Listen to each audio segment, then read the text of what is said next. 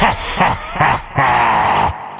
up, nerds, and welcome to another soju-filled episode of Straight Chilling, the weekly horror movie review show where you chill and we kill, slice, dice, and chop up yet another horror movie. My name is Bob. I'll be your host for the evening. This is episode 384, recorded Sunday, August 14th, 2022. Tonight, we're talking about A Tale of Two Sisters from 2003. Before we get into it, let me introduce everyone else on the show. First up, calling in from Washington, D.C., we got our boy Randu. What's up, man? Hello, gentlemen. Hello, gentle Mangs. How's it going? Hello. You're so gentle. I like it. You know, I never like to go rough on people right away. We'll save that for the latter half of the cast, of course. I'm also a big fan of your wallpaper, making some changes around the house, I see. You know, it really just makes me feel uplifted to have a nice wallpaper aesthetic, you know? I hear that. So yes, thank you for that. Next up, calling in from South Korea with very similar wallpaper, we got our boy Soju. What's up, man? Oh, what up? It's your boy Soju. If you can't go classic tonight, when can you do it? That's right. It's about time. It's about time we get that Soju sponsorship, don't you think? We need one of those like new craft brews to throw some money our way. Is there a craft soju scene? There is now. There is now. Yes, Toki Soju looking at you, making all the big bucks. Send it my way. Artisanal sojus. Yes. Are you actually drinking any tonight? No, it was not a soju night for me. I did pick up this little nice like Korean beer from the local convenience store. It's got a nice little picture of our mountain on it, but it's okay. It's not soju though. It's fine. It's fine. They do not need to. Really angling for that sponsorship. This is fine. Last but not least, joining us on Straight Chilling for the first time, we do have a very good friend, Sean. Welcome, buddy. How you doing? Thanks. Yeah, I'm doing well. Thanks for having me on. Absolutely, man. So you have a podcast called The Dark Side of Soul. Why don't you tell people about it? Yeah, so I guess like more of a background. So The Dark Side of Soul is a bigger brand. I'm a tour guide. I'm a folklorist and a heritage researcher. And I run a ghost walk in Seoul, which is called The Dark Side of Soul. It was started by my business partner, Joe McPherson, who's also the co-host of the podcast. And the tour is coming up this Halloween will be the 10th anniversary of the tour, celebrating 10 years. Maybe about time for Justin to join. Absolutely. for this coming Halloween. And so when the pandemic hit, you know, the tourism industry was just ravaged, and we had a really hard go of it. And we were thinking probably for about 6 months or so before the pandemic to launch a podcast, kind of expand the brand a little bit. We do have a comic book as well that I wrote. And finally, when we didn't really have time to do a podcast, but when the pandemic hit, we had lots of time to do a podcast. Yeah. So and then we said, okay, well, we have to figure out a way to maintain the brand so people can still see it in some capacity. And so we said, okay, well, this is now the best time to do the podcast. And so we launched, I guess it was March 2020, and still going. So Dark, and we focus on Korean ghost lore, folklore, kind of tragic history, kings killing their prince sons and things like that, and a lot of urban legends and a lot of lighter stuff as well. And we've also we've had an episode about Korean horror films with the Korean horror television as well. Nice. Yeah. Yeah, I've been unprecedented level of legitimacy for this podcast. I gotta say. Whoa, no. Credibility? What? No, yeah, Sean, I've been listening to you guys since I think last last autumn, probably around September, summer, the way that they do horror films in summer, the chills. And that was something that was always interesting to me. And I kind of stumbled across it and was super excited to find this kind of spooky outlet that dealt specifically with Korean lore, Korean things, topics. And I've been enjoying it ever since, and really have been waiting for the autumn this time because the weather is crazy hot right now.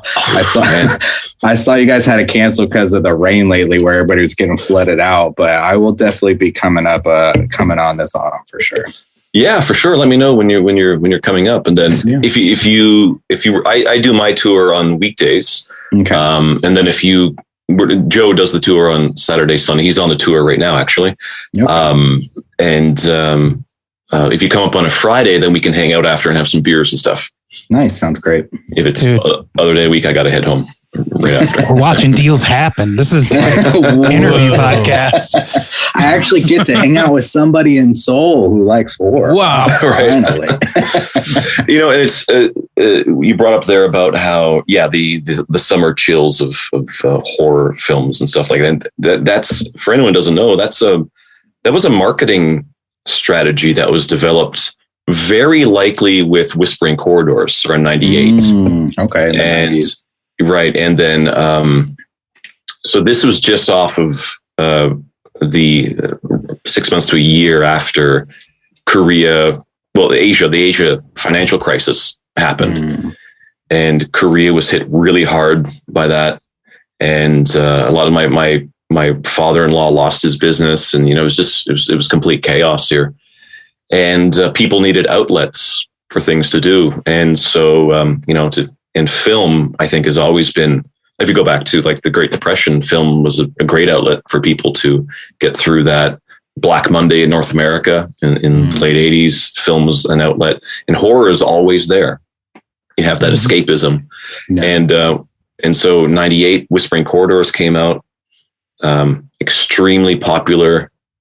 And they started this idea of, what's the best way to cool off in the hot Korean summer? Get chills through a horror film. And also the cinemas have air conditioning. So there's another way you can cool off. So, around here, that means big money.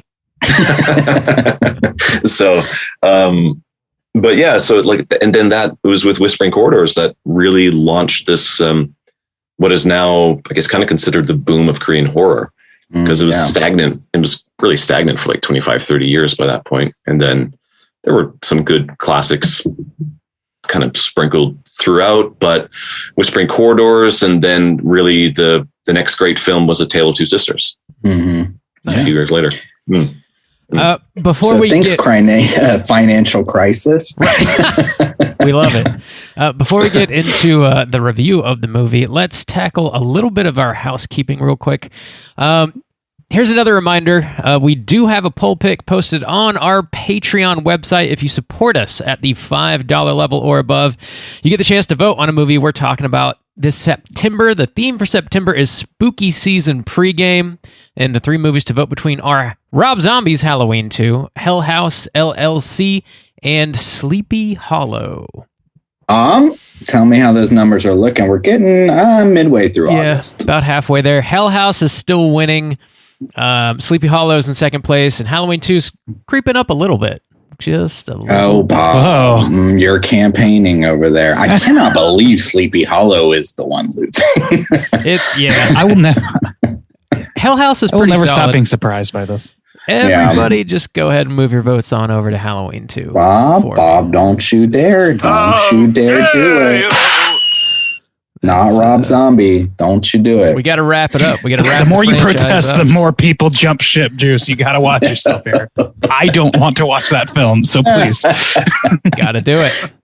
They'll bite us in the ass. Get those votes in before September, and we'll see what we're talking about. We're dropping a new mini cast this Friday. If you support us at the $10 level or above, you get access to a whole back catalog of Patreon exclusive episodes. This Friday, we're dropping a mini cast on a new release called The Innocents. That was you talking about that one, right? Yeah, that was one that I watched recently and recorded an episode on. And if you haven't seen it, it is going to be on Shudder on the 18th of this month. So it's dropping in a few days. So you can check it out and then listen to my thoughts on it. It's basically a coming of age story about a handful of kids living in this apartment complex. And they all are sort of discovering that they have telekinetic abilities and the good and the bad that comes with that.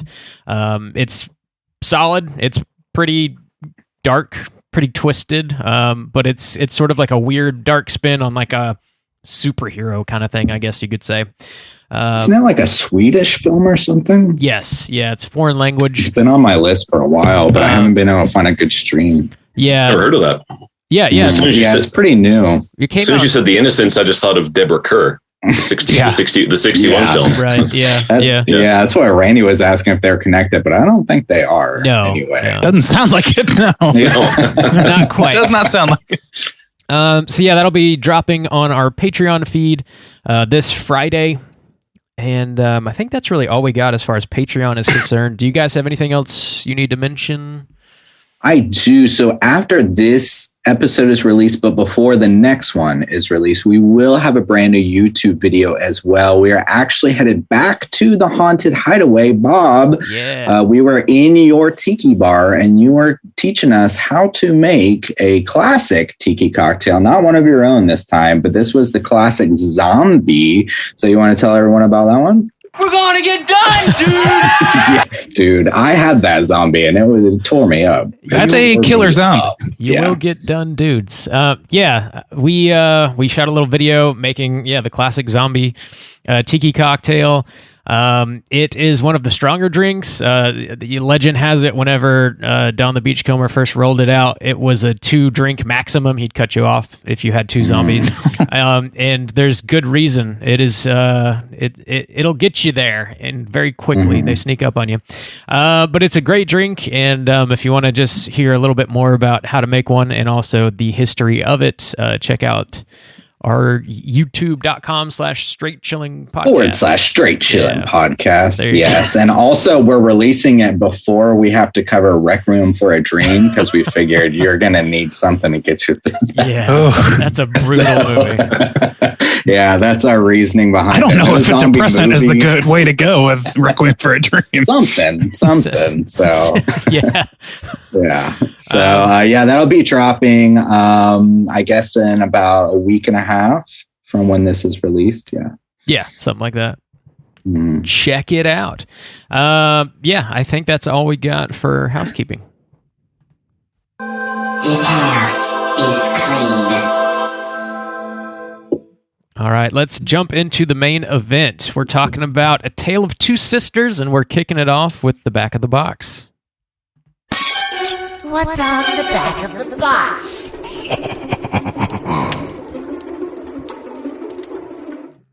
Bob, I know you got this box. This is one that I gave you permission to buy this time. Oh, thank I didn't give you Thank any you so sass much. or anything. It's on the green list? It's one of the blues on the green list. Okay, cool. Yeah. All right. Way to keep it up and Bob, up. Tell us about this box. Something special is going on with this box. It is a very sexy box. So I picked the release up from Arrow Video. It looks like this. Ooh, that's clean. It is Region B, so if you are stateside and you pick it up, just know that you have to have a region-free player to watch it. But it's a beautiful disc. It's loaded with bonus features, and Sean actually has a bonus feature on this disc where he gets into the folklore that inspired this film and other movies as well, actually. Yeah, this is actually a big. This is a big motivation of why we specifically talked about this film with Sean. Is Sean, you are on this actual disc? Yeah. I was contacted by Arrow Media and Arrow Films, and I'm good friends with one of their main. Well, I don't know if he's a main contributor, but he's contributed a lot to their releases. His name is Pierce Conran, and he's on our Dark Side of Soul episode about Korean horror films.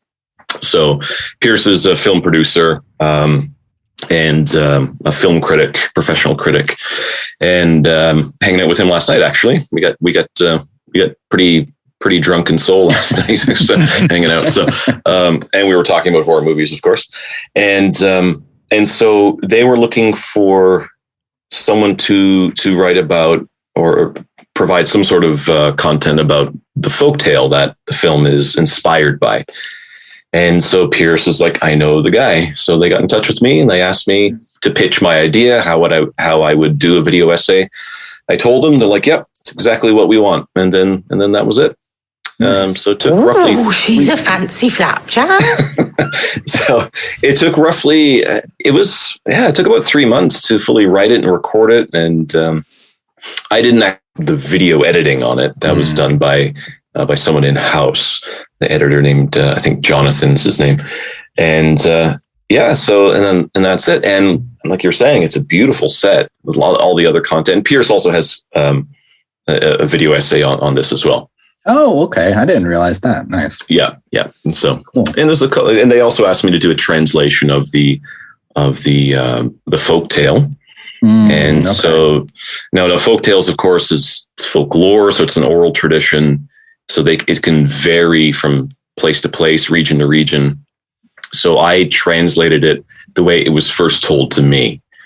And I do talk about a little bit in the video essay, how I first heard the tale after because I saw the film in cinema in Seoul in 2003. If anyone doesn't know, I've been living in Korea almost 23 years. So I was in Korea when this came out, and it was a huge, huge deal.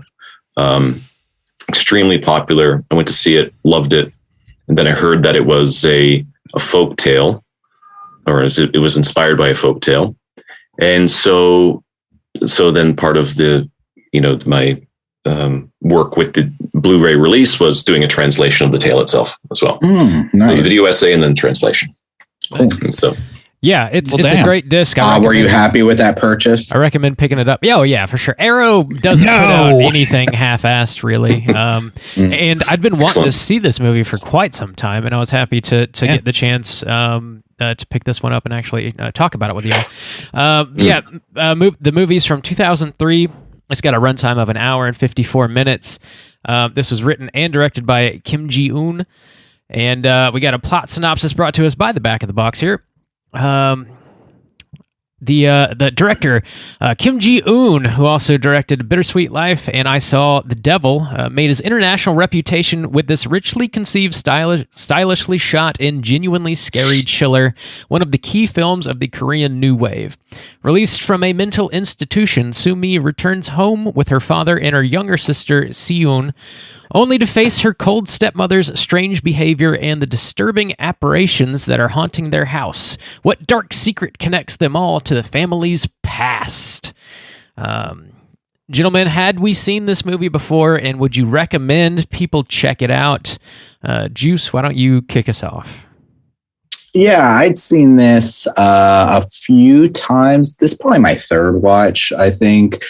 Of course, when I first moved to Korea, I was, looking for Korean horror films, and this one is brought up a lot, and it's something we're going to talk about later, about how this is kind of viewed in the realm of Korean horror in general. But yeah, I had seen it. I really enjoyed it my first time, and it was one of those ones that kind of stuck with me because I think it leaves a lot to be thought about after the film is finished. And so I watched it again for the second time, probably within the first 6 months of watching it, and watched it with some Korean friends at that time, because I kind of wanted to get a little bit more insight, what was going on, what was their kind of perspective on it. And then I've watched it now. So it's probably been maybe 3 or 4 years since I've seen it before seeing it again. I would recommend a stylish kind of film. A lot of people kind of compare it to like a fairy tale horror film, which I think is pretty unique in a lot of ways. And I think that fits in description. And I would recommend people check it out generally. Bob, so was this a first time watch for you? We'll go to you next. Yeah. This was a first time watch. Okay. It's like very lush. Like it's just a very rich, beautiful looking film. It reminded me of some aspects of the way Del Toro crafts his movies, like the color palette, and like everything seems to have a great attention to detail, I guess. I really enjoyed it. And it's one of those movies that has like I don't know, it just sort of like hooks you in and keeps you guessing, I guess, throughout the film. And I think it's one that warrants multiple rewatches. I enjoyed it quite a bit. I would recommend it for sure. Sean, you've obviously seen the movie before. Would you recommend? Yes, yeah. Would you recommend people check it out? Yeah, absolutely. So, so like I said, I saw the film in cinema when it was released, 2003. Had probably seen it 2 more times after that, and then when I was hired by Arrow to work on the Blu-ray, I watched it 5 times. Oh wow! During that time to get the video essay down, and definitely I'd recommend it. I would argue pretty strongly that it's the best Korean horror film of what it says on the back of the box, the new wave. And I would probably go as far to say it's one of the top 3 best Korean horror films ever made. High praises. All right. Randy, what about you? So this had been on my list for some time, at least since the beginning of the podcast, as something that I did want to check out, but just never got around to. So this was a first time viewing for me. And on all that time, I had, by accident and then later by intention, managed to avoid pretty much any spoiler because I had read somewhere that it had quite a few twists and turns. So I kind of went into this movie as blind as I possibly could. And I tried to not let, since watching it, I haven't like tried to contextualize it in any way. I've just sort of like have my one experience, and I was interested because I know we're going to have somebody who knows quite a bit about the film on to bring that perspective in. So would I recommend? Yeah, I would recommend it. I think it's a pretty effective film in terms of scariness. And it's, I would say that I was largely confused for a majority of the film, but not in a way that was like detrimental to my viewing. So that says something, I think. I would generally recommend it. Yeah. Right on. That is a solid recommendation across the board there. Let's go ahead and drop the spoiler warning, and then we will get into the rest of the film. Here we go.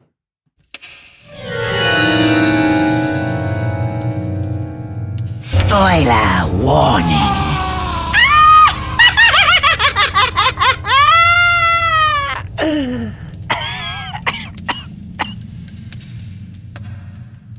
So, Bob, as confusing as this movie was for you, were you able to type up a plot synopsis? Yes, I do have one here. I believe it is accurate, but if I get break out the red pens, we'll indulge you for a few minutes. Thank you. I do appreciate that.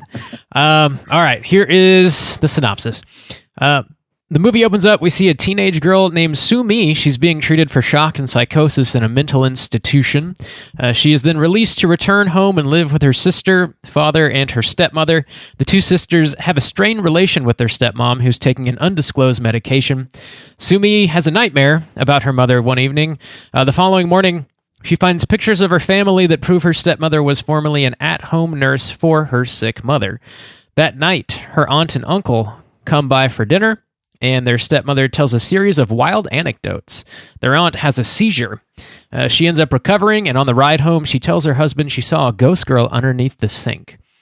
The stepmother finds her pet bird killed and several of her pictures defaced. She assumes it was the girls doing it, and she locks Si-yoon, sorry if I'm mispronouncing that. Soo-yoon, thank you. She locks Soo-yoon into a wardrobe. Soo-mi releases her and tells her father about the abuse. Her father tells her to stop acting out and that Soo-yoon is dead.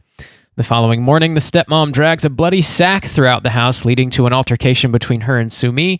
Her father finds Soo-mi unconscious in the house, and it's revealed that she suffers from dissociative identity disorder, and her other personality is a more extreme, abusive version of her stepmother. The visions Soo-yoon were hallucinations, and Soo-mi and her stepfather have been alone the whole time. Her father and real stepmom end up sending Sumi back to the institution. That night, the stepmother hears footsteps in the bedroom, proving that the ghosts are actually haunting the house. Soo-yeon's ghost crawls out of the closet and kills the stepmom. A flashback reveals the girl's terminally ill mother hanged herself in Soo-yeon's wardrobe after finding out about her adulterous husband and their in-home nurse. Soo-yeon tries to revive her mother and accidentally pulls the wardrobe down on top of her. The future stepmom hears Soo-yeon suffocating and decides to help her until Soo-mi callously tells her to stop meddling with her family affairs. The stepmother then decides to leave Soo-yeon to her fate. She tells Soo-mi she will come to regret this day. Soo-mi then runs out into the field, blissfully unaware of the fates of her mother and her sister. Roll them credits. How's that sound? Fairly accurate? Good job, Bob. Good job. Yeah, that's good.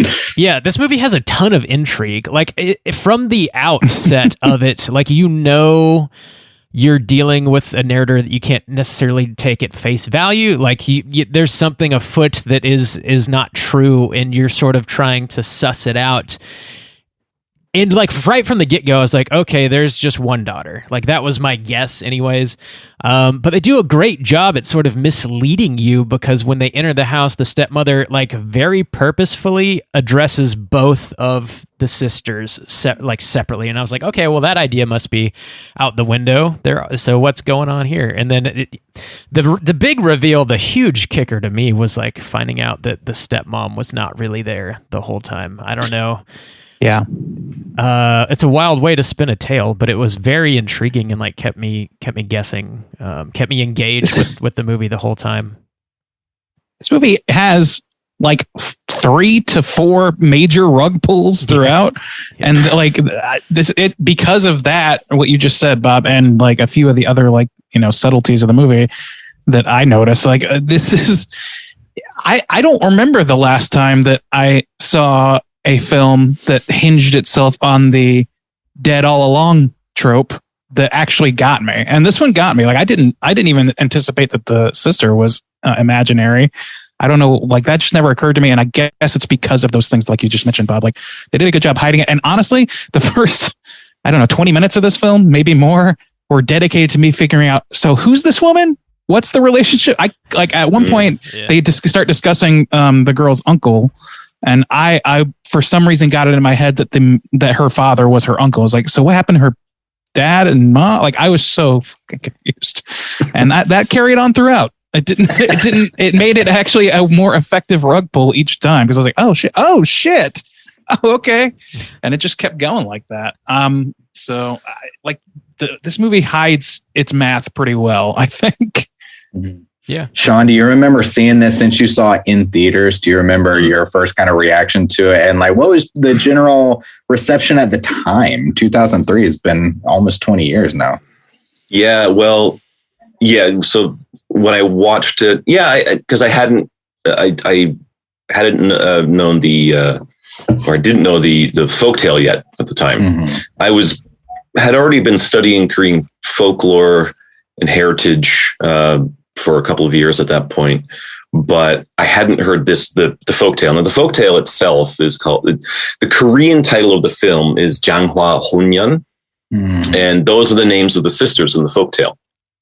So it's pretty obvious to a Korean audience, that if you know the title of the Korean title of this film, that it's obviously tied to the old folk tale. That's right. It's like naming a movie Van Helsing. We would all understand who that's referring to. Exactly. Yeah. So the Korean title is Janghwa Honyeon, names of the sisters in the folktale, but obviously not the names that they have in the film. And then it's Janghwa Honyeon Jun, the name of the tale, and Jun means story or tale. So it's the tale of Janghwa and Honyeon. So I knew there was a tale, hadn't heard it yet, saw the film. Yeah, I really loved it. But like you're saying, like there's all these rug pulls, and a lot of time I was really confused. Like, what the fuck is going on? Like, where is everybody? And who are some of these people? Mm-hmm. So Unju, the stepmother, was like, okay. So she's a stepmother, but then she wasn't the twist at the end. It didn't completely make sense to me when I had finished watching it the first time, walking out of the cinema, and wasn't entirely sure what was going on. Then I watched it again, So I then heard the folktale, and it was my Korean buddy's father who told it to me. And I went to his house one night, brought some soju and stuff, and we sat down, and he agreed to tell me the story the way he knew it growing up. And so he shared it with me, and which is the way you should really hear ghost stories. You know, especially if they're folk tales. The best way is through, M.R. James doing his whole thing, the Christmas ghost story. Getting people together on Christmas Eve to tell them ghost stories and stuff. I think that's the best way to do it. So that's how I wanted to hear the folk tale. I didn't want to read it, so I heard the tale. I was like, man, that's totally different from the film. It's really, really different. But then when I went back and watched the film again, the second time, about a few months later, I got it. Then I understood what was going on. I was able to connect things that were linked to the deeper Korean culture and lore that's kind of tucked into the film. Okay, so it's not like overtly like, here's the story. It's not like a direct adaptation of Pinocchio or whatever. It's quite different. It's just called Pinocchio, so you make a kind of comparison to this folklore. Yeah. Like there are similarities. So like in the tale, the things that are similar, there is a stepmother. So the original folk tale is a stepmother tale, which in Korean is called the Kaemodam, and that's a folk tale type. So the wicked stepmother folktale type. I've seen that section of Pornhub. Yeah. Okay. So the that's what the tale is, and the movie is as well. But it plays on the trope that at the end, Unju, the stepmother, isn't there. Mm. She exists, but she isn't. It's actually Sumi the whole time, like that twist. So it really turns the wicked stepmother folktale on its head. And that really surprised Koreans when they if they knew the tale. They're like, whoa, that was a massive reveal for a lot of people. So would it be fair to say like I'm thinking of like Return to Oz, like these things where it's like largely could be and everything could be attributed to like a Jacob's Ladder type situation where it's like exists within the reality of one character explicitly, but then is explained through other means, through scientific means or otherwise, like primarily. Right. Okay. They did make helpful to know. They did make one connection ultimately, because when I was watching this time, I was really paying attention. And the one thing that they did is when you go back to the real flashback, once you know that the mother was not in the house as we were watching it, but we still see her maliciousness, because that is a theme from the original folktale. But we see she's willing to be spiteful. She kind of has this moment where you think maybe she's going to save Soo-yeon, but kind of her interaction with Sumi and that she's willing to let this girl die, which in the folktale she actively goes out to kill one of them, sends one of her sons to do it. But I still like that they made the connection to show that even though we were spending time with an evil stepmom who wasn't really there, the perception is still true. And there's a reason why Sumi perceives her that way. It's not just a sick young girl who is perceiving an evil mom who's taken her dad away. It's like, no, this bitch really did let a kid die, had an affair, is evil towards these girls as far as the little bit that we see. So I like that they still made that kind of cemented as truth as far as we know. Can I ask a question? Like there's going to be a few clarifying questions I probably have to ask throughout. So was the father involved with Unju? Yeah. Unju. Was he involved with Unju in the present tense of this film, or was that entirely within Sumi's head? No, he was. But every time we see her, up until we did the reveal that every time we think it's her, but it's actually Sumi, she's not there, right? But there's several times when he's talking to someone on the phone, and we don't know. That's never revealed who it is, because as far as us as the viewer, Unju's in the house. So he's talking to someone on the phone, but we're like, well, who's he talking to? But he's telling the person like, no, we don't know. I guess if I'm remembering right, he says something like, please come over later or don't come over yet or something. I can't remember exactly how that the dialogue goes there. But in the end, if you think back to that scene, he's talking to the real Eunju on the phone, but it's never revealed. So she's present, but not visually present, not there. It's Sumi the whole time. Yeah. So like honestly, her role like through like her timeline is one of the things that like really hung me up and got me like confused for a while, because I like just seeing her in the pictures with the family or whatever. I was like, wait, so this person's been around, and I was like, okay, so this is a medical professional that's been maybe helping Sumi with, having some sort of mental break already of some kind, and maybe this is just her like projecting her distaste for her psychologist or psychotherapist onto a maternal role, like a replacement for her mother. You know what I mean? Like, so I was very confused about what her original role was and what her current status was throughout. So when he was calling, I was like, oh, he must be calling to talk to her doctors. And so that's the connection I made when we finally revealed, oh, she's alive. Oh, so this has been her doctor all along. And she's coming to like see, like to try and like set right what's going sideways for her at home. But that's not going to pan out, obviously. So like, yeah, this movie does not necessarily like, there's a lot of exposition that's unspoken, and that's great, but it led me down a few stray paths for sure. Yeah. It doesn't coddle the viewer at all. You really have to, it's the type of movie where, first of all, it needs at least another viewing. I think to really get whatever, for me anyway, I needed at least 2 viewings to really understand what was going on. But yeah, like you said, there's a lot of exposition that's left out, and I agree. I enjoy that. And it makes it more frightening in that way as well, because there's all that stuff that's kind of floating around in the film. Like, you keep thinking, what's going on? It's like all the stuff with the ghosts that very well shot. It's, I guess, it's frightening as something to see.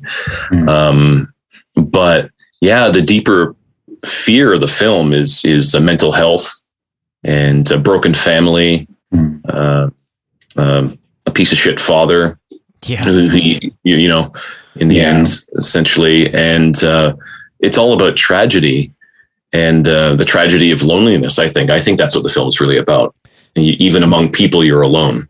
There's a dialogue that happens somewhere in the middle point of the movie, I believe, between Sumi and her father, and he apologizes for being a bad father, and her response is something along the lines of like, you're not even a bad father, like, but essentially saying he's not a father at all, like he's just absent in her life. Right.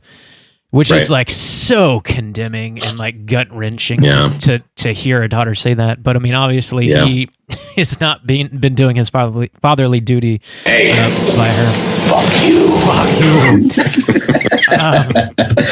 I will say it's we watch a lot of horror movies, and more often than not, they're not particularly scary. But the reveal of their mother as a ghost, like floating above Sumi's bed, like truly scared me. Like it really got me in a way that I was not anticipating. I think this movie sort of lulls you into a very like purposefully like methodical sort of beat by beat. I don't know. You sort of like you think you know what the movie's going to be, and you're sort of at this relaxed pace and trying to put the jigsaw puzzle together, and then they hit you with this like truly terrifying ghost image, and I was just not really expecting that, I guess. And they do it a couple times throughout the movie, but I was just impressed by like how well the scares were handled. I felt they were very effective. And I think they did it a little different than even on my third viewing. I was like really paying attention to the horror aspects and how it builds. And it was a little surprising too, because they do some jump scares, like the trigger sound with like the snare drum and some things like that. But when the first experience with the ghost, when she's crawling away and the girl sees it, you kind of half expect for it to look back and say it's gone, or, to be in a corner or somewhere. It's literally like in her plain view, crawling on the floor at first, and then presents itself and gets closer. I think that's a pretty unique way, especially for your first viewing of the ghost, to reveal it that way, to where it really makes you sit with it. Where a lot of things want to do things, like I think of Insidious, where the thing's in the back and it's like a really quick look and then it's away and it's gone. This really just like has this whole scene with its ghost as this character almost presenting itself. You can see its situation and then, with the blood and everything. So even there's like hints into about like what's going on here, but it really makes you sit with it. I thought it was pretty unique. I totally agree. I wanted to call that out too, because to me, what that reminded me of, like directly reminded me of, was the handling of the Killer Bob character in Twin Peaks and and in Fire Walk with Me. This sort of like, it doesn't ask you to like, it isn't a quick flash. It isn't a loud sound and a scene like a cut to another shot. Like it's just lets you linger on this crawling figure. And for me, like, I didn't realize that was supposed to be her mother. I didn't know who that was. I was like, okay, so this movie's taking an entirely different tack than I was anticipating. And, I didn't really see that, like, I didn't get what the clues were. You know what I mean? And by the time I'm starting to really suspect Sumi of being somewhat delusional, by the time I'm sort of coming to that, like I've written that off. I've written the whole ghost thing off as part of her delusion. And so to have that then come back into the fold, like this thing, it's like the movie changes its mind 3 times. Right. I a couple things I can say about the ghosts. First of all, it kind of reminded me, but in a more updated, visceral way, of the ghosts in Nightmare Castle, the Barbara Steele film. From 65 or something like that. So there's a scene in that where she and another person character near the end, like the climax, they're walking towards the person who killed them. And Barbara Steele has her hair down over her face and things like that. And they're just approaching the camera. The film is not caring about flashing the ghost, just like hiding and peeking around places. It's just walking vengefully towards the antagonist. And then that whole thing, like what you just said, like the ghost just of Sumi's mother just coming towards the camera. I think it's so well done. And it surprises you. It's shocking. And another key aspect, I think, of the film and how it presents the ghosts. And I talk about this in quite a bit of detail in the video essay. The ghost is black. It wears black. It's not white. It's not the woman. It's not a white woman, which is often how we see Asian ghosts or ghosts in Asian film. And there are 7 adaptations of this folktale in film. There's one from the 70s that's quite good. The other ones, I think there's one from the 60s. I haven't seen it. I think that is available. I think the Korean Film Archive does have it. I was trying to find the one from the 70s and could not. I was really trying to find that one. You can get it from the Korean Film Archive. They don't have it on their YouTube site, but if you go to their offices, you can actually take the film out and you can watch it. No, okay. They don't often have subtitles, with some of their films. But I mean, you can, it's not tough. You need to really to kind of get what's going on. But the original version of this film it's a silent film. It's from the 20s. And then there's the shitty American remake, The Uninvited. I didn't even know that was connected in any way. Oh, it's a remake directly of A Tale of Two Sisters. Oh, I didn't realize. Yeah. But generally, like in the other versions of the film, the other versions of the adaptations of the folktale, the ghosts of the two sisters are always white. Like they're wearing white, the white dread, the sabo, the white dresses, long black hair, the ring, of course, long black hair, wearing white, Clydan, the snow woman, long black hair, unkempt, long, white flowing gown and things like that.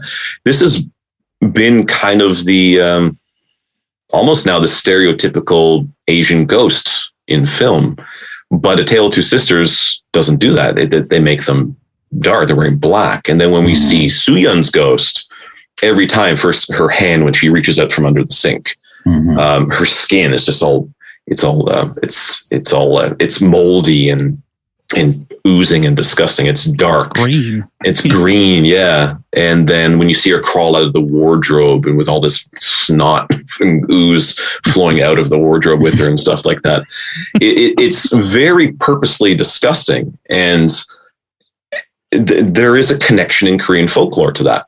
In old folklore, and this is written in a book that's called you can translate it as the collected writings of Yongjae, or the assorted writings of Yongjae. In Korean, it's called Yongjae Chonghwa.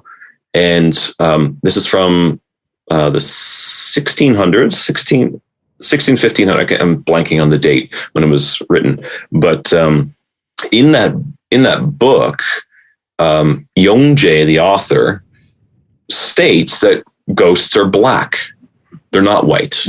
They're black, and they're black because they spend so much time underground, and they're just slithering and moving through the dirt underground, and it causes them to turn dark.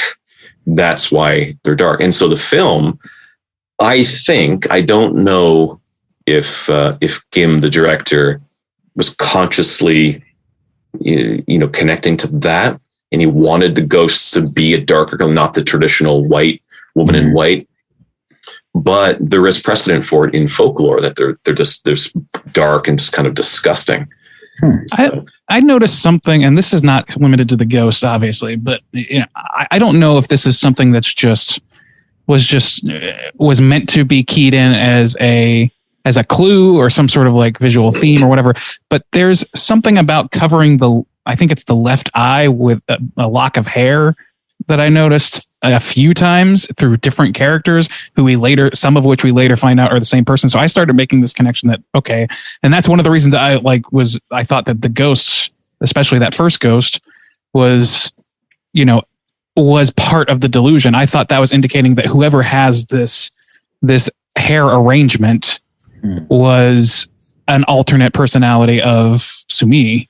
So I don't know if that holds any water or not, or if that's just how they chose to depict scary things in this movie. But whenever somebody's unhinged or acting strangely and turns out to be her, largely it will turn out to be Sumi, is what I was noticing. I'd have to rewatch again. That's a second watch question, but I don't know if there was something known about that.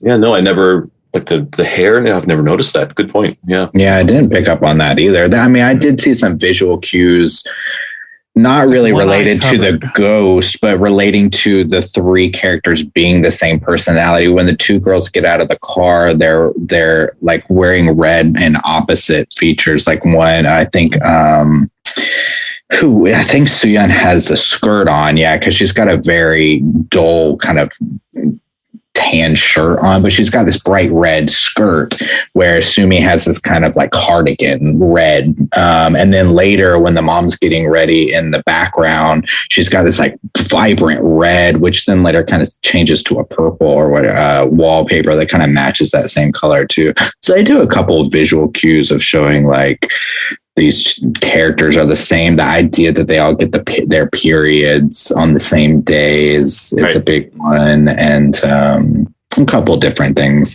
But yeah, I love the visuals, the wallpaper that we have, and that has nothing to do with the connections. But there's a lot of beautiful visuals in here that does have this antique. The house, I love the house that they're in, but even the music changes when the car is pulling up to the house. It does have this kind of fairy tale antique look. Even the house feels Japanese Victorian style inspired. It doesn't look like a Korean like Hanok or anything. It looks kind of Japanese, which gives it that 20s, 30s vibe in Korea, which has this kind of like fairy tale vibe to it. I don't know. I just think it all works really well together. Yeah, and the music too is very European. It's that kind of lulling ballad, old style. And the director Kim Jee-woon does that in a lot of his films. He does the movie The Quiet Family. Have you seen that? So we did the categories, the Japanese version. We covered that one. That's why A Quiet Family was the original Korean, and then we talked about the Japanese version, but we haven't covered the Korean one yet. Okay, yeah. So Kim and I spoke to Pierce Conran again. I mentioned earlier about that. And he said, he knows Kim Jee-woon, and he said that's something that Kim often does. He very purposely doesn't make a house look like a Korean house, and it's an aesthetic choice that he has when he's filming. So the countryside, of course, is very. You can see the silver grass and things like that. And there are parts of the outdoor, although it predominantly takes place in the house, but there are outdoor settings as well that are very important, like the lake, which is actually connected directly to the folktale, because that's where the two sisters die in a lake in the folktale. That's why the lake's in the film. And so, but yeah, he has this aesthetic choice to make films or his houses look like that. And he does it in a lot of his movies. I mean, it makes it pretty like it makes it easier for, non-Koreans to get in the door. You know what I mean? It's an aesthetic choice that makes it more marketable. So good for him on that part. It's a good choice. Yeah, it's a good point. Yeah. Dumb question. What was Soo-yeon eating that was growing there? And it was like in like these red fruits or something right at the very beginning. Oh yeah. Yeah. What I was are trying to figure that out. It was like almost almost like something covered in paper. And I was like, are these fake plants? Is this an edible arrangement? What's going on? I can't remember what that is. It's a flower. Okay. I've seen them. I did not know that you could eat them though. Yeah, I do a lot of hiking and stuff like that, and I take my daughter hiking a lot, and we sometimes go hiking with my mother-in-law, and she always takes along a little butter knife, because if she finds things like wild mugwort or things like that, then we'll pick it. So we do a lot of stuff like that. It's not really what's that word called when you foraging, right? It's not really foraging because we're not actively looking for something, but if we come across it, we'll pick it. My mother-in-law will say, oh, we can eat this. And we'll come back home. She doesn't live with us, but we'll come back to our house, and then she'll make up some jun, like Korean, Korean fried. They call it Korean pancake, but it's not sweet. It's not sweet. No, they're very savory. So she's all a these fancy things. flapjack. Yes, I'm never going to get a chance to use that context ever again. So I'll bring it up again fancy later in the episode. Okay, good. Yeah. So, but what that is specifically, I can't. I think I did ask initially when I saw the film, like, what is that? And someone told me what it was. It was just a flower, and I was like, okay. And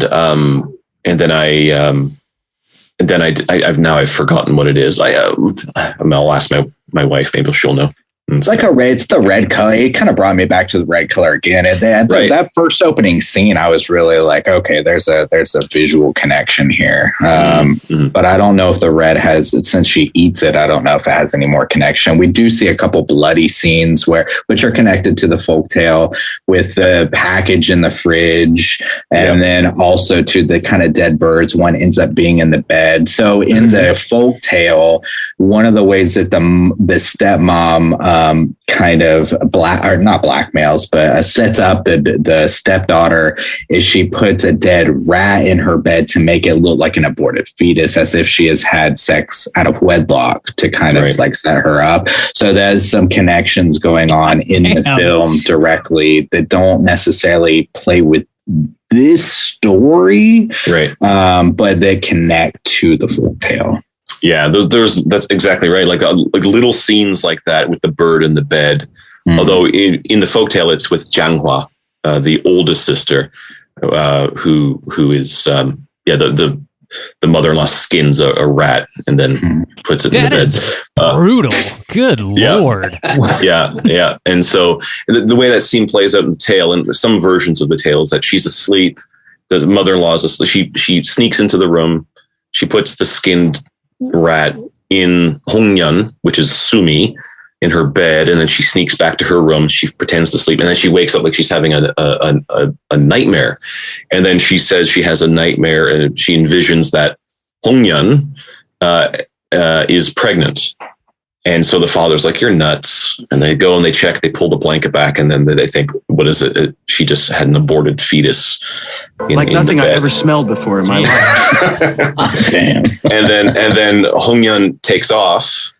And then she commits suicide in the lake, and Jianghua takes out. And then Hongyan, the younger sister, which is Suyun in the film, she can't deal with all the depression, and then she's getting all the shit from the stepmother. Then she goes and kills herself in the lake as well. And then they both come back in the folktale.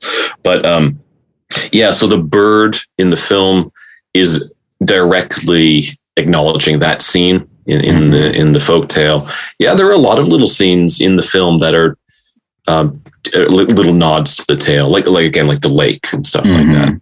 Yeah. So, and the color red in Korean lore, red is specifically linked with death, but it's also linked with ghosts, and it's also a method of warding off evil. So things like Justin, you'll know the red bean porridge and stuff like that. The red bean, the patjuk and stuff like that. So Koreans in the past would smear this red bean porridge on their doors and stuff to keep evil ghosts from entering their homes. And there's a whole legend based around this, and especially they would do this on the winter solstice.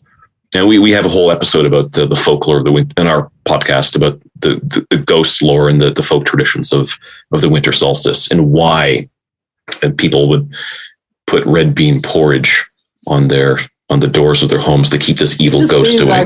More shit I gotta do now. Basically.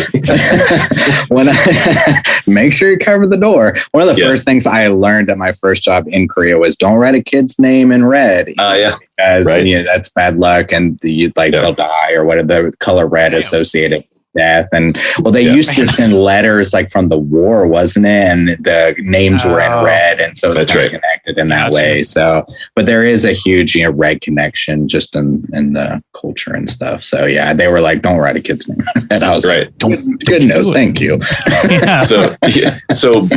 But you'll know, Justin, too, that it's okay. Don't write the name in red, but you can stamp the name in red. All the stamps are in red. Yeah, the ink is red. Yeah, which is weird to me, but whatever. Yeah. So, but don't write in red. That's right. Found a loophole. So there is So there is a connection. Red is deeply connected to Korean folk belief, connected to ghosts, evil, and things like that. So yeah, there are little things within the film. You're seeing all these different colors. I do think there's a connection to them, and if you go back, maybe like knowing that, you might be able to maybe kind of connect it. So the idea of her wearing red is, if I'm remembering right, the stepmother, when we see her, when it's actually Sumi, she's never wearing red. I think that's right. Or is she wearing? Yeah, I think so. No, Unju. So when we see Unju, the stepmother, but it's actually Sumi, the daughter, we never see Unju, the stepmother, wearing red. I think that's right. Unju, for some reason, is always wearing a lot of blue, but she does have this red wardrobe like in her room. It looks very distinct. And then the wallpaper too sometimes has this kind of like red. Sometimes it looks purple. Sometimes it looks red hue too. But I think you're right. The girls wear opposite ends of red, but I don't think the mom ever does. Right. And I do think there might be a visual cue there. The idea of them wearing red, they're warding off the evil of the stepmother. I think that's a little thing there that maybe director Kim put into the film. So, damn. This is way more informed than we've ever been on the So we were talking a little bit earlier pre-show regarding how like we are actively trying to cover more classic horror movies at least once a quarter or whatever. And just to kind of wrap up the conversation a little bit here, I don't know, would this be considered a classic Korean film or a classic Korean horror movie? From what I was reading online, this was the first Korean horror movie that ever played in the theaters in the United States, and it was apparently the most profitable Korean horror movie to date. I don't know if those numbers necessarily translate to a classic, but I wanted to pull everybody's opinion on that. Sean, what would you have to say to that? Absolutely. I think, like I've said, I think this is in the top 3 best Korean horror films ever made. It's the second, I think it's the second film of the new wave of Korean horror, which started with Whispering Corridors in '98. Then it's gone up now through, more recently, you got really excellent examples like The Wailing, Goksung, and a film, and another example, very popular, but a film that I really, really dislike, Train to Busan. I really, really don't like that film. But I love to hear y'all's discussion on that. The disdain from your end. Oh, I don't like it. But yeah, all those films. Definitely within the new wave, it's very, very important. And I think it's going to be remembered in the far future. Like, I think we talk about classics. Will they be films that in 50 years will people still be talking about them? I think absolutely yes. People will still be watching and being terrified by A Tale of Two Sisters. One thing I always notice personally when talking about Korean horror, it's interesting that you bring up Train to Busan in general, because I feel like that one has the biggest recognition and appeal maybe overseas, but still people know like A Tale of Two Sisters and The Wailing. But within the country, I often see A Tale of Two Sisters and The Wailing brought up as like these two opposing, which one's the best kind of. And it's interesting that Train to Busan is kind of left out of that discussion, because those two films have more of the unique Korean personality built into them. And so those are the ones that are often brought up, even though they're separated by like 13 years. But they're like, this shamanism over here of The Wailing and the way it's presented, or this folktale that's kind of brought to life in this horror film, which one? And so within Korea, those are the two that I often see as kind of like pitted as which one is number one in those kind of ways. And so from my Freddy versus Jason situation. Exactly. Yeah. So in my perspective, those are the ones who I always see like, what is the Korean horror film? And so that's why I personally kind of see it as like a Korean classic for sure. Yeah, definitely. Just quick. For like Train to Busan, I completely agree. Koreans are kind of lukewarm on that film. They're like, it's fine. But I think for a lot of people, Koreans now are getting zombied out. They're kind of getting sick of zombies. We've all been there. Yeah. So mom's making cocktails for us. I'll be zombied out real Once quick. they're cocktails, they just lose their. They cut you off after 2. That was the way to go. Yeah. But I mean, like Train to Busan is, to me, it's a Hollywood film made in Seoul. So it doesn't have anything that's deeply Korean about it. That's one reason I don't like it. And I just think it's a very overly sentimental film. And so that's a different episode. And so we won't get into it, but that movie. We'll bring you on for Peninsula, which will never. I had a blast watching that movie. But it's just like an entirely different kind of film, though. Like it's like, I don't know. You don't compare a Kubrick film to a Fast and Furious film clean. You just don't do it. Don't do it. It's true. It had like World War Z vibes, but just way more successful for my tastes anyways. I don't know. Yeah, I get that it's very Americanized though. Like there is no difficulty in watching and understanding that movie. It translates perfectly, which I'm sure is why it is so known and successful. It's just very accessible, I think. There's no barrier. Well, I think that's why Americans kind of liked it, because we already had our burnout from zombies, but Train to Busan felt different because of the different kind of cultural aspects, which aren't particularly Korean. Like from a Korean perspective, isn't like so unique, but from an American perspective, when you get in the World War Z's, you're like, oh, this is nice. So I think it does have more appeal in that kind of way. Yeah. But this is not what this podcast is about, but yes. So do we have any final points we want to touch on before we rate this movie? I'll put them in my final reviews. Okay. Well, let's go ahead and do it. Rating A Tale of Two Sisters out of 5. Sean, you are the esteemed guest of the evening or the morning, depending on where you are. Why don't you kick us off, man? How would you rate A Tale of Two Sisters? Yeah, 5, absolutely. And all around, I mean, as a narrative, it's a 5. And I think when we can look at films in different ways, where we can look at every form of art in different ways, where certain aspects have to be thought about. And I think the narrative of the film is excellent. And we can have movies where there's a really good narrative, but the language of the film isn't very good, or the cinematography isn't very good, but we can still enjoy it. But I think something like A Tale of Two Sisters, there's just so much put into the film, the narrative, the way the camera moves, the cinematography of that film, which again, just Pierce, I know, Robbie, you do have the Blu-ray. I don't know if you listened to Pierce's video essay yet, but I think it's called Always on the Move. And he talks about how director Kim's camera angles create a sense of horror.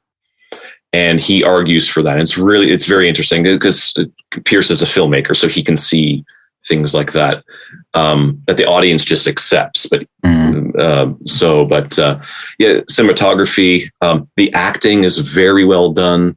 And keep in mind that both the young actresses, they were young. They were really quite young at the time.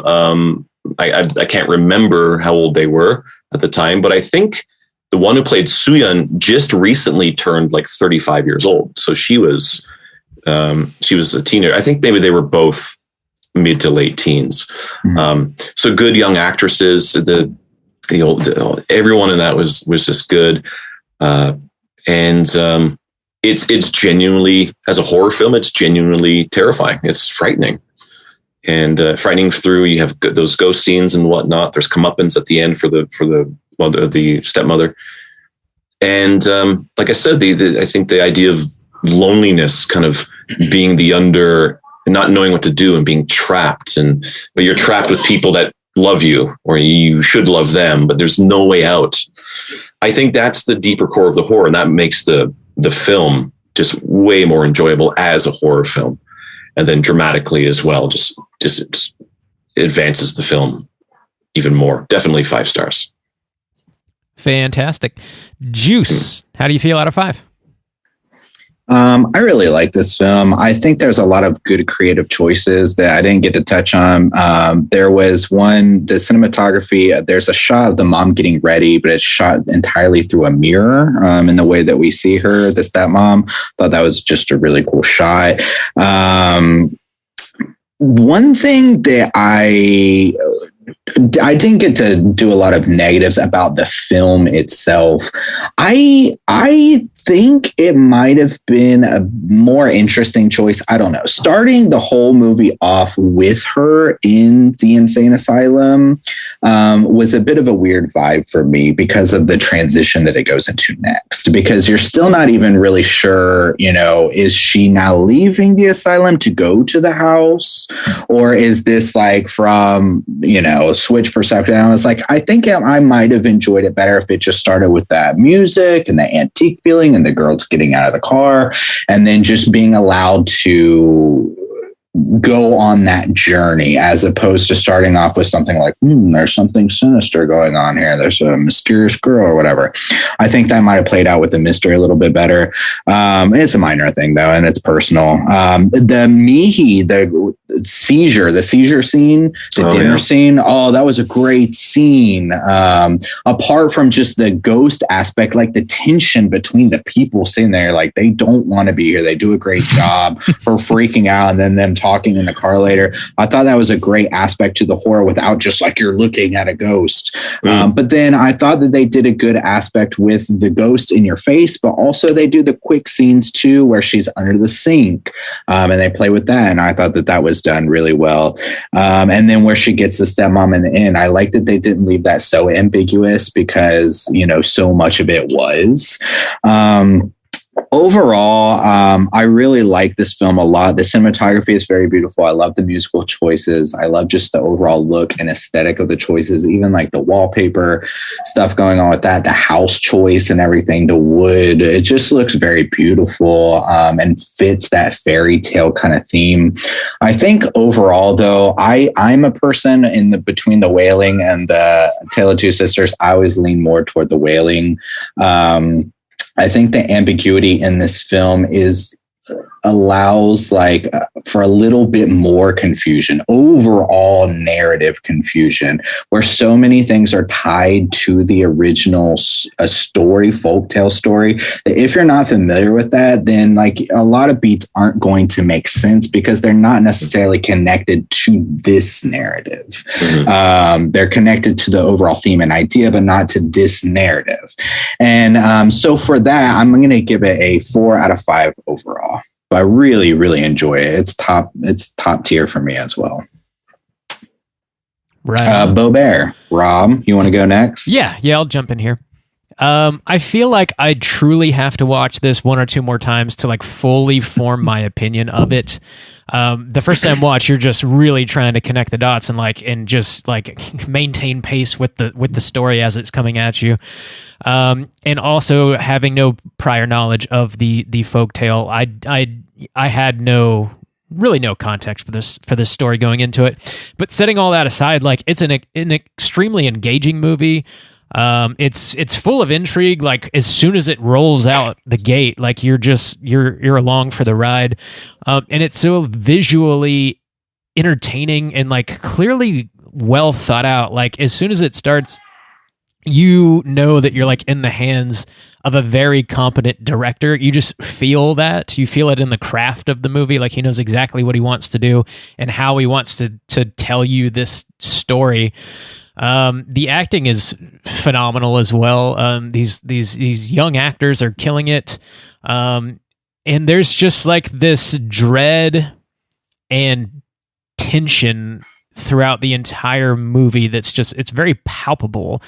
I love, there's a couple beats where they're building tension, and a lot of times, I would say maybe maybe a less experienced filmmaker would lean on these sort of musical cues to tell you how you should be feeling. And he chooses very specifically where to do that and where not to do that. And when it's a tense moment, he'll have just complete silence and then drop a single piano key sting. And it's just, I love how specific the soundtrack is, I guess, is what I'm really trying to say. The movie actually scared me, which is difficult to do. The ghosts are portrayed in a way that's very effective, and they force you to reckon with them, which I like quite a bit. It's just very rich in almost every way. I do need to watch it again, though. I think I'm going to come in with a 4.5 here at the end of the day. Randy, how do you feel about A Tale of Two Sisters? So good, Bob. Thank you for asking. Yeah, so I would say that for me, this movie, similar to Rob, I think it's been made pretty clear that, like Rob said, this initial viewing is very much a matter of survival, especially as an outsider to the to the intended audience, I guess I should say, and just not having some of this context, which thankfully Sean has brought to the table here for us. I had trouble following it, and there were a few times where I like threw my hands up, was like, I'm not sure what the fuck is happening here, and I'm just like, the thing is, like, I can swing with that. I watch quite a few directors that do that. I'm on the record as a big David Lynch fan, and he's always doing that kind of shit where it's very much about the feeling of a scene rather than the nuts and bolts logic of it. So I could ride with this movie on that alone, and on that level I think it succeeds spectacularly, and I think that based on what I've heard here today, the story also succeeds in a way that I was not able to fully comprehend on this go around. So I'm going to leave this room to grow, but for my first viewing, I'm just going strictly off of that, and with the little knowledge that I had going in, I would put it at, I think, a 3.75 is about where I want to land on it. So not quite at a 4, but to me, it's what it's bringing to the table in terms of stylishness and in terms of some pretty effective scares. It also kind of like muddies the water quite a bit for me in terms of trying to just get my head around the stakes of what's happening, or even just things like, who is this character? Like, who is this person to this person? Like, things that, normally I would argue in favor of showing, not telling, but when all of your rug pulls depend on you understanding those concepts, it makes it harder to really feel that rug pull when it finally comes, if you just don't have the opportunity to know it. People would be correct in saying that I'm a dumb man, and I don't necessarily have the capability or the faculties to get everything on the first go. That's fair.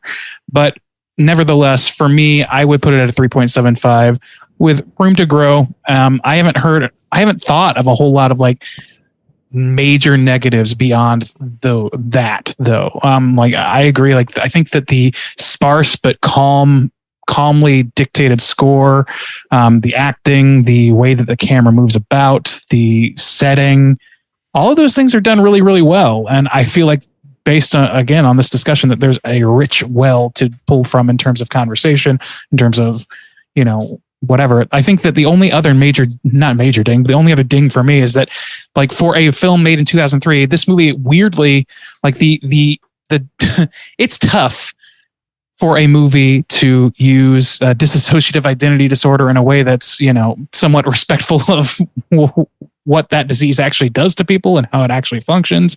And I don't know that this is like one-to-one by any means with reality of how that works for people or not.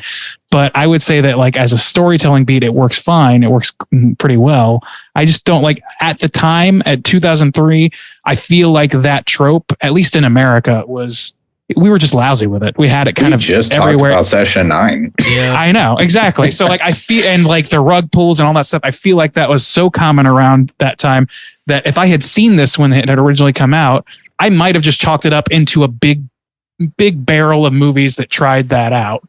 Do you know what I mean? That, like, that may or may not have, like, I think this movie handles it better than most, and it's worthy of calling that out. But it's still sort of like, it's not like it kind of gets lost a little bit in the shuffle of those things of the tropes that were popular at that time, or it could have been. So I don't know exactly what I'm saying with that, other than to say, like, it could be that I was predisposed to sort of be dubious of that approach. So that might be what I'm feeling from that. Anyway, all that to say, I think 3.75 is a fair score. I'm still searching my feelings, and I'll have to watch it again and all those things. But for now, that's where I'm sitting. Awesome. Yeah, if I could just say just quickly, so for me as well, the first time I watched it, really, really loved it, like I said, but at the same time, I was really confused. This is probably one of the few films where I did a lot of work to get it. And I went back and I learned about and of course it was totally to my benefit that I was in Korea when it was released and had access to learn all the kind of stuff that was connected to what inspired the film and whatnot. But yeah, it took a lot of work for me to get the deeper ideas of the film and how they're connected to the traditions and the lore and stuff like that. And so, yeah, Andy, I completely agree with all of your assessments, but I like that you said that there was room to grow, because I think that's exactly how I felt when I first watched it as well. And then I gave it the room to grow, and I put effort into learning about it. And then now, like I said, top 3 Korean horror films. Yeah, so love it. Nice. When we get that beer, we'll talk about the other 2. Well, I can say them now. No spoilers. No spoilers. Well, I have to bring you back on first, so we don't. Patreon well, maybe exclusive. That's right. When we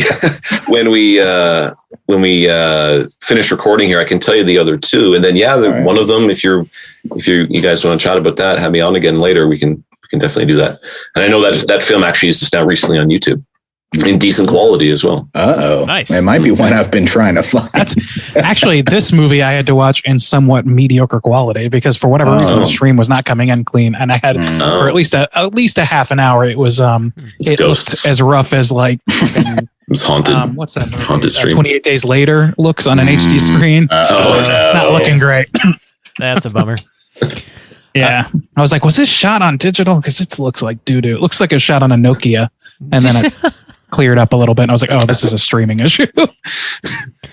Well, with all of our scores combined, our aggregate's going to come in at a 4.3. Let's jump over into our Rotten Tomatoes segment and see what the critics and users think about A Tale of Two Sisters. Certified fresh to death. All right, ladies and gents, this is the Rotten Tomatoes segment in which I'm going to ask these 3 gentlemen to guess within the best of their abilities what the aggregate positive score is on Rotten Tomatoes for A Tale of Two Sisters. And we're going to do both users and critics. We're going to start with our critics as we usually do. There are, let's see, how many critic reviews do we have here? We have 61 critic reviews here. Not a massive amount, but a sampling size nonetheless. Sean, I'm going to give you a chance to go last so that you can see how this normally goes. Oh, yeah. Okay. Juice, why don't you start us off? What do you think that those 61 critics think overall? What percentage is positive? I think it's going to be pretty high. We've talked about this certainly with several Korean films and just foreign films in general, where the critics tend to give it like a general foreign kind of boost. Like, it's foreign. it's got to be good. It's so cultured. Yep. So I think it's going to be probably quite high. Plus, on the top of this, just really quality film. So I'm going to say 85. 85. All right. Bob, how about you? Where are you landing on this one? Yeah, I agree. I think it's going to be fairly high. I think this one is probably a bit of a critical darling, as far as I can see. I'll go with a 90. Let's get crazy with it. Whoa, Bob. Slow down. Come on. What are you thinking? We don't have the power to support that. All right, Sean, how about you? What percentage of the reviews do you think are positive reviews? Critics, right? Critics. For the critics. 61 critic reviews on Rotten 61. Tomatoes. I agree with Rob. I think this is a critical darling. It was definitely a critical darling in Korea, still adored by Koreans, as Justin was saying there earlier. Still a movie my wife refuses to watch again because it was so frightening for her. I don't know. I think maybe around 90. Yeah, 90, maybe even a little bit higher. 92. Let's say 92. So 92? Okay. Yeah. All right. Well, we're starting things off with a bang here. We got a ringy-dingy. We got a dead-on hit. And I hesitate to say this because the ego inflation is going to be insane. Oh, no. Juice, you hit it right on the nose. 85%. What the hell? Someone's I can cheating. already see. Okay. I can already feel the heat of you coming out and saying, like, I beat the experts. Burp, burp, burp. Congratulations to Juice on that one. Yeah. Now we're going to bust on over to the user score. There are 25,000 plus audience ratings for this film, so significantly more. Yes, it is. Sean, we're going to go in reverse order this time. What do you think the users fall on this scale? I think the users are probably lower than the critics. But this type of film is usually that way. It was 85, you said, for critics? 85 was for the critics. Certified. Yeah, I don't know. I think it's a movie that critics like more than the audiences, but there's a big chunk of the audience that either loves the film or thinks it's really good. I don't know anyone who hates the film. I'd say 80%. 80%. Okay. Bob, how about you? Yeah, this is not an extremely accessible movie. I feel like there's going to be some frustrated watchers that are not willing to put in the time or effort to really suss out what the movie is about or what it's trying to say, much less watch it a second time, I don't think it's going to be crazy low, but I'm going to go lower here with a 70. I'll take a 70. 70. All right. Juice, let's see. Can you do a double? I think I'm just going to generally take the low into. I think people generally do dig on this, but with 25,000, that's quite a decent sample size, and I can totally see a decent amount of people like throwing their hands up and saying, "I don't get that good" or whatever. So, with that in, Bob, you said 70, Bob? Yeah. This is too low, but I'll take the low end and say 60. 60. All right. Well, Juice, you're correct. It was too low. Bob, also too low. It's an 83%, and Sean's going to take it away for us there. So we were pretty close, actually, to the critics. Very close. Really close. Second time's a charm for me, I guess. There you go. The critics' consensus reads as follows. Restrained but disturbing, A Tale of Two Sisters is a creepily effective, if at times confusing, horror movie, which sounds pretty fair to me. Yeah. Yeah. And now I'm going to do, as we usually do, and read a negative review because they tend to be funnier. Let's go with this one. Yet another pointless, interminably paced Asian horror flick that's inexplicably garnered heaps of praise and adulation. Wow, somebody's mom got them a thesaurus for Christmas. Wow.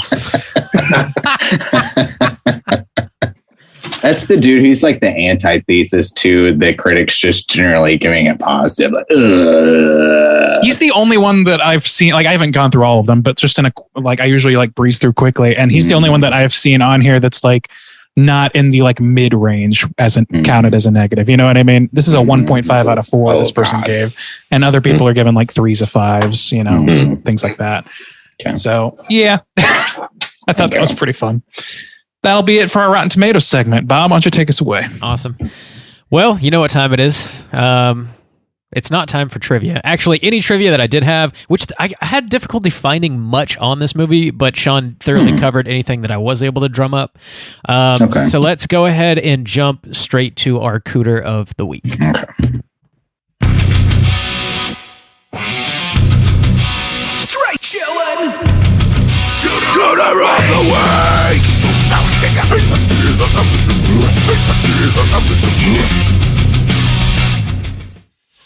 For everyone that is very baffled right now, Juice, what is a cooter and why do we hunt them? Cooter's character type and a straight chillin' exclusive. Cooter must hit 3 of these 5 points to be considered a cooter, but we want the cooter with the most points. The 5 points of cooterdom are sexual deviancy, manipulation, smug arrogance, overall look and attire, and overall patheticness. Sean, these are like the guys you want the killer to kill. Okay. Like the 70s, 80s characters you want the killer to get. So, this one's a little tough because of the situation, but do we think we have a cooter in A Tale of Two Sisters?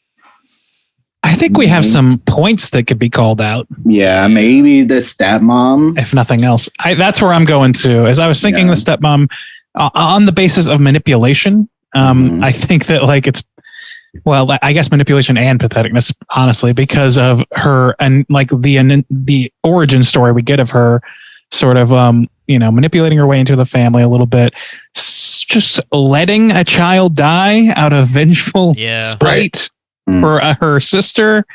I would count that as pretty goddamn pathetic and manipulative to then strike up a marriage with the husband of this tragic family, like a little bit of smug arrogance too, because her specific comment to Sumi of like, you might regret this decision for disrespecting me or whatever. And knowing You'll live this to regret this. is dying right down the hallway. Not only is she not going to save her, but she's going to like taunt her sister to like make her live with the idea that she had something to do with it.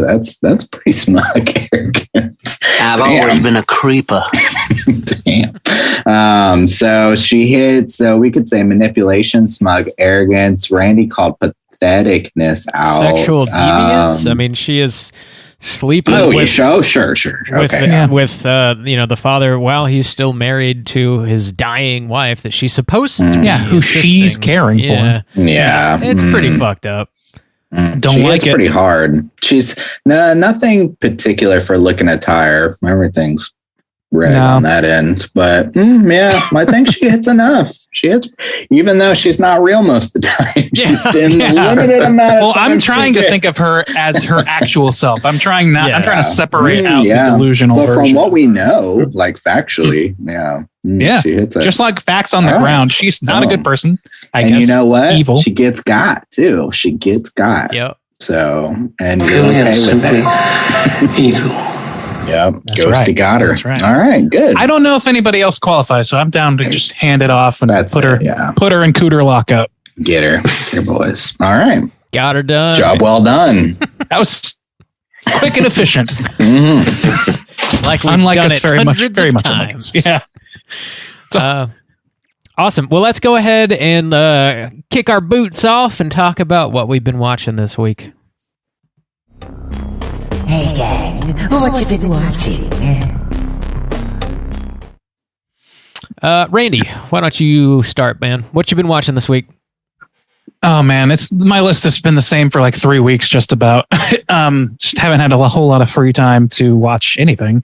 But I did manage to finish up my replay of the Nintendo 64 Paper Mario, which is still a very fun game and is absolutely a Zen Garden sort of game for me. That's just, easy enough. Doesn't take much strategy, but engages me enough to where I'm enjoying myself quite thoroughly. And now it's done. It's in the record books. So I am halfway through season 2 of The Boys. I finally found some time to sort of like work through a few more episodes of that, and I enjoy it a lot. It's the comparisons to Mystery Men are like unavoidable. It's crazy. That never crossed my mind, man. What? No. I've definitely heard it compared to Mystery Men, and it's not really necessarily in a story beats way, not entirely anyway, but like even aesthetically, like fucking Ben Stiller and Billy Butcher wear the same things, like they are rage-filled motherfuckers. Captain Amazing and Homelander basically have the same outfit and wear sponsorship shit and like all this. Like I don't know, there's something intrinsically tied visually, if nothing else, between those two properties. And I wonder. I think The Boys comic came out in like what 2002 or something. Yeah, so 20 years. Mystery Men. Okay, so I think Mystery Men was like edged out by like a few years. Yeah. There's no Casanova Frankenstein though. So. No Casanova Frankenstein. What a goddamn shame is what that is. And yeah, the other comparison that I can't stop seeing now that I've thought of it is Billy Butcher and Murdoch from the Gorillas. I can't stop seeing those fucking guys. The way they like the accent, obviously, but like just the rogue attitude and the disregard for people's safety and all that shit and just doing whatever you want. I don't know. I'm not that deep into the Gorillas lore or whatever, but I've seen a lot of the music videos that pretty much everything about that character is based on. And yeah, I just can't stop seeing it. Anyway, moving on. I'm enjoying it. The Boys is fun. And I did watch Bodies this weekend, which I'm a little bit medium on, but which it's getting a lot of buzz. It is, and I don't know that I agree that it deserves that much buzz. But that's good to know. Yeah, I think that it is a serviceable, slasher adjacent whodunit sort of deal. I think it's fun on that level. It kind of has a bit of a burn after reading through line, and I know that's a weird comparison, but when you see the movie, you'll understand what I mean. And there's at least one cameo that is in there that I was greatly appreciative of, and it was certainly not Pete Davidson because I don't have a feeling about him. Apparently, a lot of people do. I don't feel anything about him, good or bad. So anyway, medium on it. And that's about it for my watch this week. Right on. Sean, you been watching anything this week?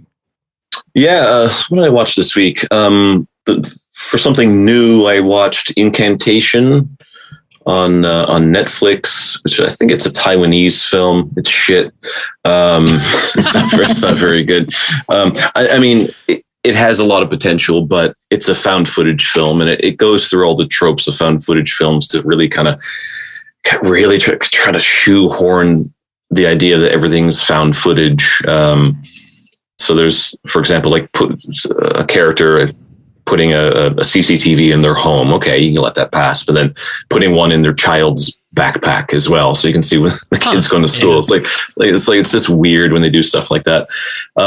It had a lot of potential, though. It really rings a lot with the tropes of folk horror, where someone from the outside goes into a rural area and then they don't understand the traditions, kind of like the Wicker Man kind of thing, and then they end up getting screwed because of it. So there's potential, and I think it would have been a lot better if it wasn't a found footage film. That was absolutely pointless. Didn't need to do that. And I rewatched an old favorite called The Boxer's Omen. I don't know if you guys have seen that. It's 1983. Three. I can't remember if it's a Chinese or a Hong Kong film, which I think it's Hong Kong. But it's kind of a mashup of kung fu films, fantasy, and horror films. So there's a scene where this guy fights one of the antagonists, and then he just ends up just fighting his floating head. It's amazing. It's absolutely amazing. So I'm looking up images of this movie right now, and wow, I gotta watch this. Yeah, it's excellent. It's really, really good. And I was thinking a couple nights ago, I had some time, even though I've been really busy with tourism, the tourism boom, and doing so many tours recently, but had some time a couple nights ago, and I was like, oh, I haven't seen that in ages. I'm going to throw on The Boxer's Omen. And I still love it. It's just fantastic. Pour a drink when you're watching it, though, because it's just it's so bizarre. It's kind of like Big Trouble in Little China, but with a lot more, kind of a lot more horror kind of injected into it. Cool. And it's just great fun, fantastic fun. I'm pretty sure John Carpenter saw it and that inspired him to do Big Trouble. I'm almost sure of it. In terms of TV, for the last several months, I've been rewatching The X-Files. I'm on season 8 now, the shitty season when Mulder's gone. You got that on Disney Plus? I saw it on my Disney Plus. Yeah. Korea. So that's right. So I'm on like season 8, episode 3 or 4, and it's like Mulder's gone. It's just not as cool. So T-1000 just doesn't fill those shoes, I hear. That's right. Exactly. Yeah. He was all right, but no, he's no Mulder. So that's it. That's what I've been watching. Awesome, man. Juice, what about you? I kind of like Randy, like not a whole lot new, because we mentioned Prey last time, right? Prey was, I think, I'm pretty sure we did. So since then, that was the last new one I watched, even though I'm trying to go through it. I still haven't been able to find a stream of The Innocent. So I finished season 2 of The Boys, like Randy. It's a little too bummerish for me, though. Sometimes like I have to take it a little slower, because it just like they'll say things that are too on point, and I'm like, well, that really bums me out, because that's true. So damn.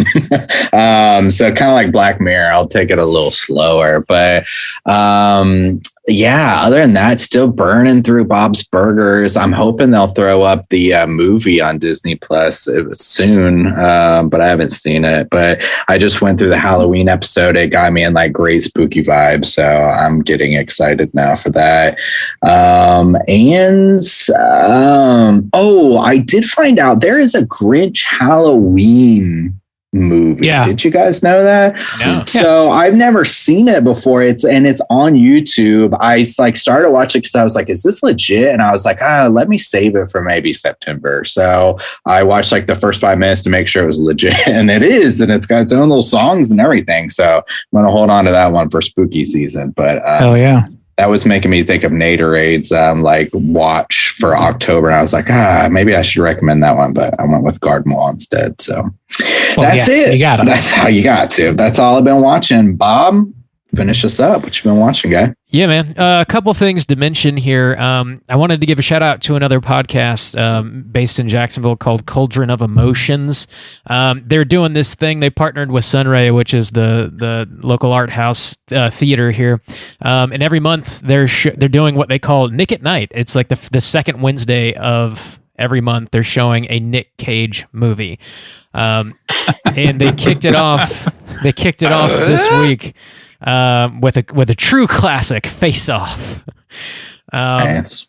So we went to watch that, and what an insane relic from the 90s. Like, I'd seen it a couple years ago, and even having seen it that recently, I just forgot how ridiculous the dialogue of this movie is, and it makes me wonder.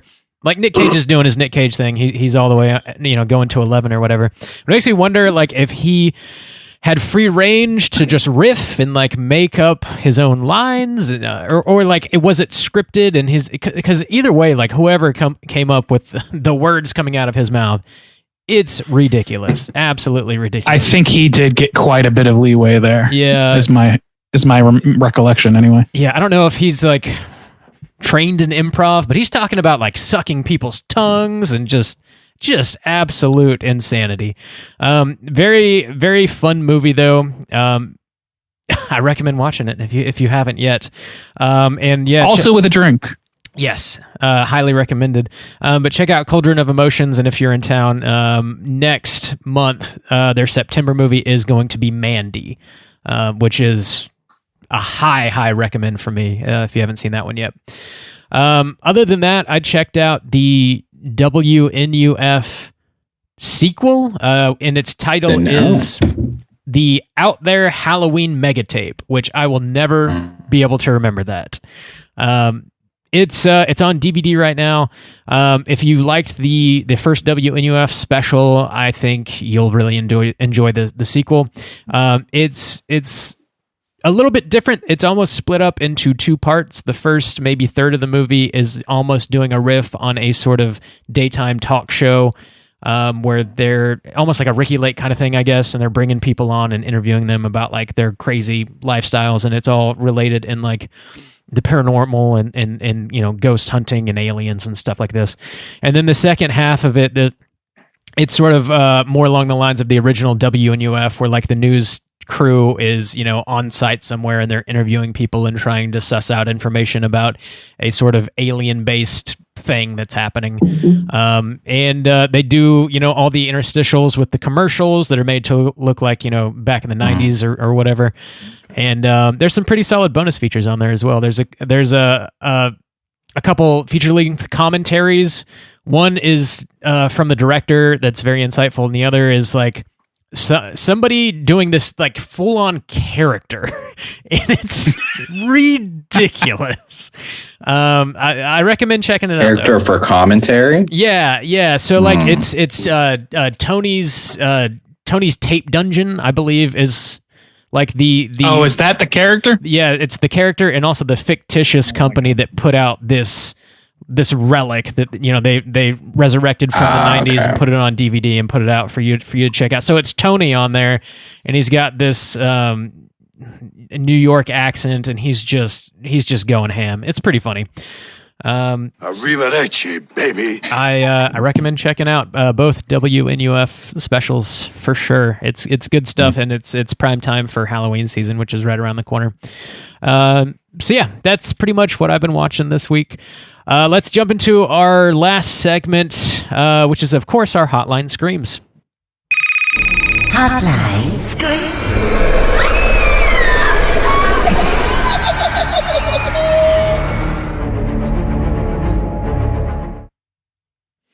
If you are listening and would like to call in and leave a voicemail to be featured on next week's show, hit us up at 904-638-3231.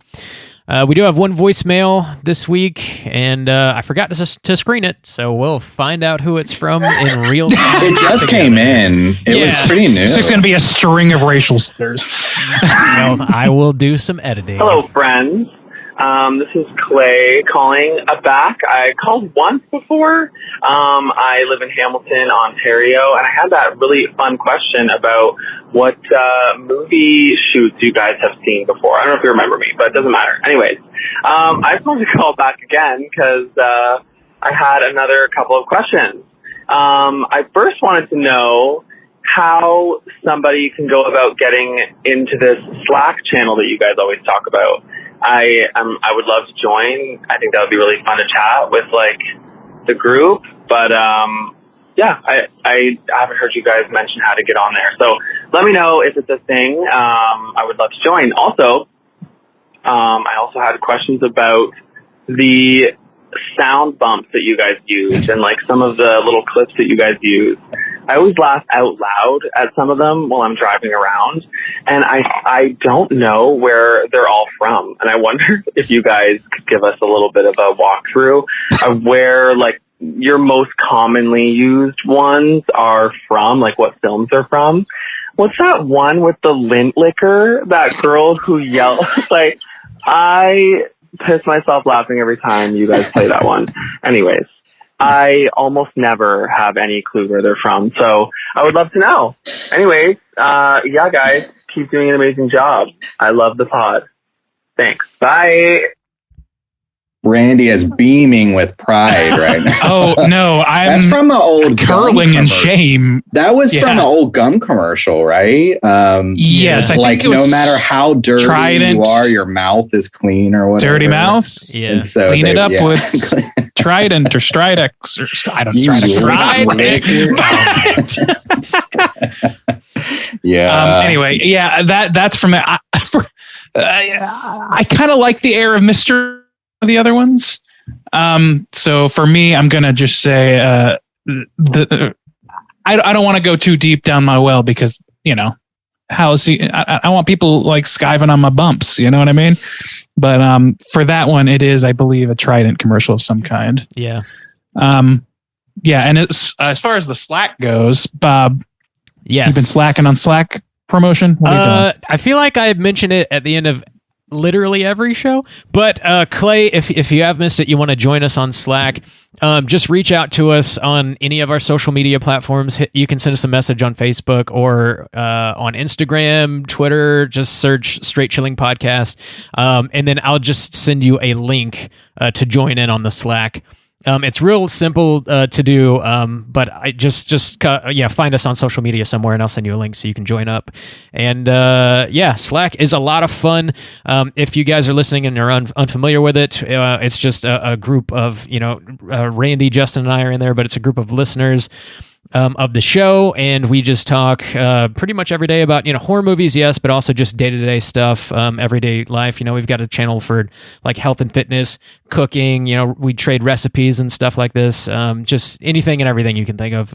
So it's just another way to engage with us, but also with the broader Straight Chilling audience.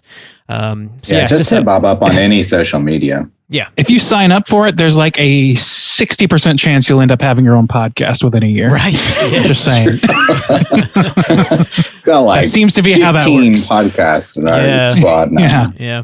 Mm-hmm. But family grows. Thanks for calling, Clay. Definitely good to hear from you again. Also, again, if you guys are listening, want to call in for next week, hit us up at 904-638-3231. Do you guys have any prompts you want to throw out for next week? I have one question. Who are you calling a cootie queen, you lint liquor? Who are you calling a cootie queen, you lint lickers? Tell me. Call in and let us know. Yeah. I still want some spooky season recommendations. It's creeping up. Yeah, call in. too. Let us know. Give me some good stuff to watch. Yeah. Hidden gems. Bring them. Hidden gems for sure. We want your gems. Give us your gems. Give them to us. So that's going to do it for us here at Straight Chilling. Sean, again, massive thanks for sitting in with us, man. It was really great chatting with you. Thank you. If you would like to take the time and remind people where to find your podcast and other things, feel free to do so, man. Sure. Yeah. So anything connected to Dark Side of Soul, just search Dark Side of Soul in Google. Everything's on darksideofsoul.com. So you can book our tours through there. So if you're in Korea, come join the tour. Runs 5 nights a week. I do the weekday tours, and then Joe McPherson does the weekend tours. You can get information about our comic book there, and of course the podcast. So everything's darksideofsoul.com. Awesome. And we're on Facebook and Instagram and all that stuff too. Awesome, man. Thank you so much. Thank you. We will be back next week with a brand new show. As always, we're going to be tackling another Patreon pick. This one is A Requiem for a Dream, as chosen by Kelvin. Thank you for ruining our day, Kelvin. That's such a heavy movie. So slam that into your eyeballs. Get ready for next week's show. Until then, please rate, review, and subscribe to us on iTunes. You can follow us on Twitter at STR8_chilling, on Instagram at Straight Chilling Podcast. You can send us an email at straightchillingpodcast.com. Hit us up on any one of those social media outlets. If you want to join in on the Slack, I'll send you a link so you can do so. And until next week, as always, all you mother truckers, please keep chilling. All right.